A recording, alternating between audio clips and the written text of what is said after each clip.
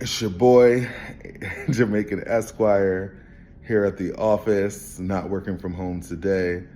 But I want to talk about why diversity in the workplace is so important because I think a lot of people just talk about it and they talk over why it is so important to have a diverse workplace. And for me, it's the differing viewpoints and the understanding the different cultures that are in America, especially if you're in a business that is trying to either target those markets or if you want to make sure that you're including those markets to increase your market share. So think about from a perspective of maybe someone that sells ads and how that person that's selling ads is successful in reaching their customer base.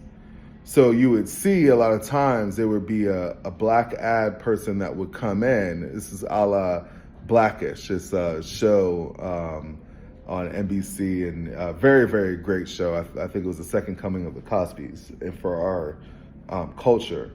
And the head of the family was an ad man, and he was the head of diversity inclusion or something in his ad in his ad agency, right?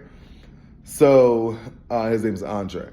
So Andre, there was an episode where Andre was being promoted as the VP, and he felt some type of way about the fact that they didn't just promote him to vice president. I'm just the vice president of ads. They promoted him to vice president of diversity and inclusion, which he felt like was kind of like this is a kind of a knock, right?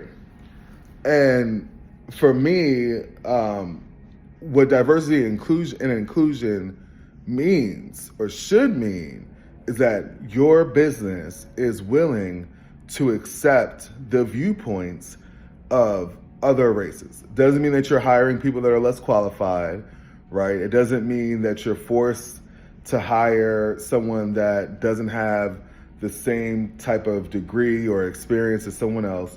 It's just saying, please make sure that you're including everyone in your decision making.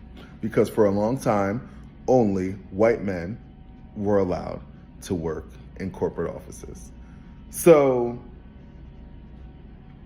what ends up happening, especially in the ad space, that you end up getting these ads for black people that miss the mark, right?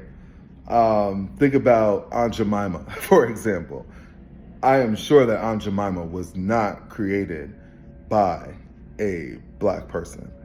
I think if a black person was sitting in a conference room such as this and somebody said, I'm gonna have this black woman with big lips and a scarf on her head, no makeup, and I am going to sell syrup to black people, and this is going to make them feel safe. I think that person in the room would have probably told them, look, this isn't going to age well, okay? Movie sets.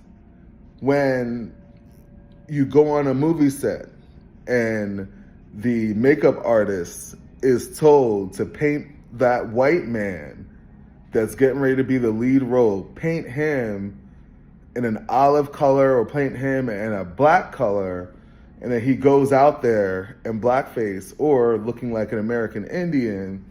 I think if you have an American Indian in your room or you have a black person again in your room, they're gonna say, look, this is not gonna age well. Maybe you should just take an American Indian or take a black person, put them in that role.